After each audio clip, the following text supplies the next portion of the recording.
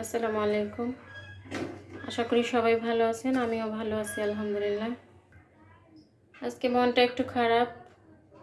ছেলেটা এক সপ্তাহ মতো ছিল, এখন আজকে আবার চলে যাবে। তাই ভালো লাগছে না কিছুই, অনেক দিন একসাথে ছিলাম।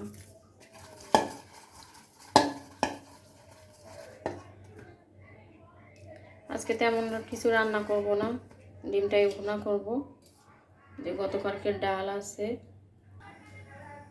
আর অনেকখানি গরুর গোশত আছে, তাই ভাবছি আজকে আর বেশি কিছু রান্না করব না। গতকালকে বাজার থেকে পেঁয়াজ কলি এনেছি, আর সাথে পেঁয়াজ ছিল। এই পেঁয়াজটা দিয়ে আজকে ডিমটা ভুনা করব, সাথে পেঁয়াজ কলি দেব। অ্যাকচুয়ালি আমি গরুর গোশতটা বসাই দিয়েছি গরম করার জন্য, আর অ্যাকচুয়ালি আমি এখন ডিমটা ভুনা করে নেব। আমার এই কড়াইটা দেখে কেউ হাসবেন না প্লিজ।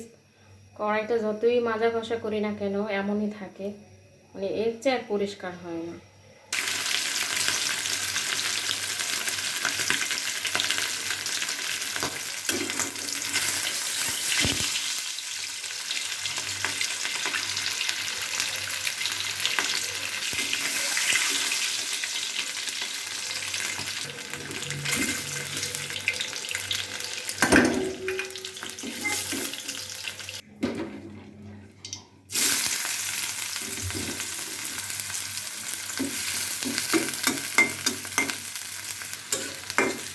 পেঁয়াজটা একটু নরম হয়ে গেলে আমি এর মধ্যে পেঁয়াজ কলিগুলো দিয়ে দেবো।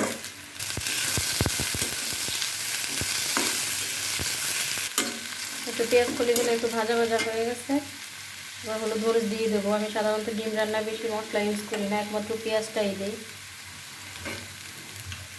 হলুদ মরিচ লবণ, বাস এটুকু।